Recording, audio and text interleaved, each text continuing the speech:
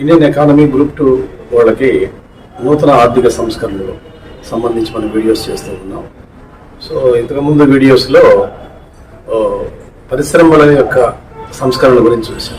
So ఈ వీడియోలో ప్రభుత్వ రంగ సంస్థల యొక్క సంస్కరణ, అంటే నూతన ఆర్థిక సంస్కరణలో ప్రభుత్వ రంగ సంస్థలను ఎలా సంస్కరించాం దీన్ని చూసుకున్నట్లయితే ఫస్ట్ మనకి ఇక్కడ ప్రభుత్వ రంగాన్ని ప్రైవేటీకరించడం ఫస్ట్ మొట్టమొదటిసారిగా మనం చూడాల్సినటువంటి పాయింట్. రెండు ప్రభుత్వ రంగ సంస్థలు ఏవైతే ఉన్నాయో వాటిని సిక్ ఇండస్ట్రీస్ని ఫైండ్ అవుట్ చేసి సిక్ ఇండస్ట్రీస్ని BIFRకి అంటే బ్యాంక్ ఫర్ ఇండస్ట్రియల్ ఫైనాన్షియల్ రీకన్స్ట్రక్షన్కి దాన్ని రిఫర్ చేయటం.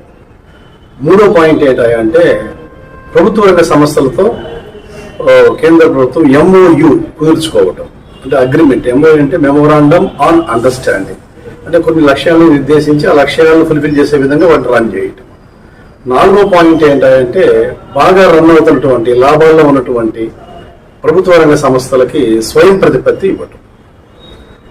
స్వయం ప్రతిపత్తి అంటే ఇక్కడ మనకి దీంట్లో కొన్ని స్టేటస్లు నిర్మాణం చేయడం జరిగింది. నవరత్న, మహారత్న, మినీరత్న 1, మినీరత్న 2. ఐదో పాయింట్ ఏంటంటే పెట్టుబడులు ఉపసంహరణ. అంటే ప్రభుత్వ రంగంలో ఏదైతే పెట్టుబడులు ఉన్నాయో వాటిని నిదానంగా మనం ఉపసంహరించుకుంటూ వచ్చినట్లయితే, అంటే ప్రైవేటు వ్యక్తులకు బదలాయింపు చేసినట్లయితే ప్రభుత్వ రంగం యొక్క పరిపాలనాపరమైనటువంటి నష్టాలపరమైనటువంటి ఇవన్నీ కూడా తగ్గించుకోవడానికి అవకాశం ఉంటుంది. ఈ 5 పాయింట్లను బేస్ చేసుకొని నూతన ఆర్థిక సంస్కరణలో భాగంగా ప్రభుత్వ రంగ సంస్థలని సంస్కరించడం జరిగింది. మొట్టమొదటిసారిగా మనం ఈ యొక్క ప్రభుత్వ రంగ సంస్థలని రిజర్వేషన్ అని చెప్పేసి అంటాం, అంటే ప్రైవేటీకరించటం అనేటువంటిది చూసినట్లయితే దాదాపుగా మనకి 1956 పారిశ్రామిక తీర్మానం ప్రకారం మనకి 17 వస్తువులు తప్పనిసరిగా కూడా మనకి అవి ప్రభుత్వ రంగంలో ఉండేవి. వాటిని 1991 ఎకనామిక్ రిఫార్మ్స్ ఏం చేశామంటే 8 వస్తువులకి తగ్గించడం జరిగింది.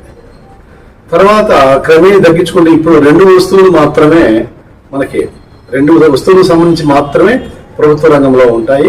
మిగతావన్నీ కూడా ఏంటంటే ప్రైవేటీకరించడం జరిగింది. ఆ 2 వస్తువులు ఏంటి అంటే మనం చూసినట్లయితే అణుశక్తి, రైల్వేస్, ఈ 2 తప్ప మిగతా వాటిలో ప్రైవేట్ వ్యక్తులు వ్యాపారాన్ని చేసుకోవచ్చు, పరిశ్రమలను పెట్టవచ్చు. ప్రభుత్వం ఈ 2 మాత్రమే ప్రస్తుతం ప్రభుత్వ రంగంలో రన్ చేస్తూ ఉందన్నమాట, నూతన ఆర్థిక సంస్కరణ బేస్ చేసి. తర్వాత ప్రభుత్వ రంగ సంస్థలను మనం పరిశీలించినట్లయితే ప్రారంభంలో మనకి ప్రభుత్వ రంగ సంస్థలు అనేవి చాలా తక్కువగా ఉండేవి. అవి అంటే 4-5గా ఉండేవి. వాటిని మనం 2011 నాటికి చూసినట్లయితే దాదాపుగా 248 ప్రభుత్వ రంగ సంస్థలు ఉన్నాయి.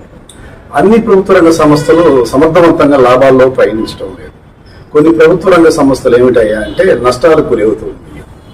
కాబట్టి ఏదైతే నష్టాలకు గురి అవుతున్నాయో ఆ యొక్క ప్రభుత్వ రంగ సంస్థలని వాటిని రిఫర్ చేయటం కోసం, అంటే లాభాల్లో ఉన్నాయా లాభాల్లో లేవో రిఫర్ చేయడం కోసం కమిటీని వేయటం జరిగింది. ఓంకార్ గోస్వామి కమిటీ అని చెప్పేసి కమిటీ వేస్తే ఈ కమిటీ సర్వే చేసింది. సర్వే చేసి కొన్ని పరిశ్రమలు తప్పనిసరిగా సిక్ అయి ఉన్నాయి. సిక్ ఇండస్ట్రీస్ కంపెనీస్ యాక్ట్ 1985లో పెట్టడం జరిగింది. దాని ప్రకారం ఏంటంటే ఈ కంపెనీలని మనం కొన్నిటిని రన్ చేయవచ్చు, కొన్నిటిని రన్ చేయడానికి అవకాశం లేదు. ఏదైతే రన్ చేయడానికి అవకాశం ఉన్నాయో వాటిని BIFRకి రిఫర్ చేయటం. ఈ BIFR అంటే bank for industrial financial reconstruction. ఇది 1987లో పెట్టారు. అది కొంత ఫైనాన్షియల్ ఎయిడ్ ఇచ్చేసి ముందుకు తీసుకుపోతుంది. దీని ద్వారా, ఈ పద్ధతి ద్వారా ఏదైతే ప్రభుత్వ రంగ సంస్థలు నష్టాల్లో ఉన్నాయో వాటిని మనం కొంతవరకు లాభాల వైపు తీసుకురావచ్చు, ఎస్టాబ్లిష్ చేయొచ్చు. ఏదైతే రుగ్మతకు గురి అయి ఉన్నాయో అంటే సిక్ ఇండస్ట్రీస్ అయినాయో సికా ప్రకారం వాటిని స్టాప్ చేయడం బెటర్ అని చెప్పేసి నిర్ణయం తీసుకుంటాం జరిగింది. ఇంకొకటి మెమోరాండమ్ ఆన్ అండర్స్టాండింగ్. ఈ మెమోరాండమ్ ఆన్ అండర్స్టాండింగ్ అనేది 1988-87 ఆ ప్రాంతాల్లో తీసుకున్నట్లయితే 4 ప్రభుత్వ రంగ సంస్థలతో మాత్రమే మెమోరాండమ్ ఆన్ అండర్స్టాండింగ్ చేసుకోవడం జరిగింది. ఈ 2011 నాటికి దాదాపుగా కూడా 248 కంపెనీలతో ప్రభుత్వ రంగ సంస్థలతో మెమోరాండమ్ ఆన్ అండర్స్టాండింగ్ చేసుకొని కొన్ని లక్ష్యాలను నిర్దేశించి ఆ లక్ష్యాల ప్రకారం అవి కొనసాగే విధంగా చేయటం కూడా జరిగింది. ఇదొక ప్రక్రియ. ఇంకొక ప్రక్రియను మనం తీసుకున్నట్లయితే స్వయం ప్రతిపత్తి ఇవ్వటం. ఏదైతే ప్రభుత్వ రంగ సంస్థలు మంచి లాభాల్లో ప్రయత్నిస్తున్నాయో వాటికి అటానమీ ఇవ్వటం. అటానమీ అంటే ఒక స్టేటస్ క్రియేట్ చేసి ఆ స్టేటస్ ప్రకారం టార్గెట్స్ ఇచ్చి దాని ప్రకారం రన్ చేయటం. దానిలో వచ్చినటువంటి ముఖ్యమైన అంశమే మనకి నవరత్న, మహారత్న, మినీరత్న 1, మినీరత్న 2. దీని గురించి సపరేట్ వీడియో చేయడం జరుగుతుంది. ఈ నవరత్నాస్ అనేవి 1997లో తీసుకురావడం జరిగింది. మహారత్న అనేది 2010లో తీసుకురావడం జరిగింది. మినీరత్న 2 నుంచి మినీరత్న 1, మినీరత్న 1 నుంచి నవరత్న నుంచి మహారత్నకి ఈ విధంగా లాభాల బాటను పయనిస్తున్నటువంటి పరిశ్రమల్ని, ప్రభుత్వ రంగ సంస్థలని ముందుకు తీసుకోవడానికి ఈ రిఫార్మ్స్ ఎంతగానో ఉపయోగపడ్డాయి. నెక్స్ట్ వీడియోలో what is Navratna, what is Maharatna, Miniratna 1, Miniratna 2 ఇవన్నీ కూడా వివరించి పెట్టుబడుల ఉపశమనం గురించి చెప్పడం జరుగుతుంది. Thank you very much.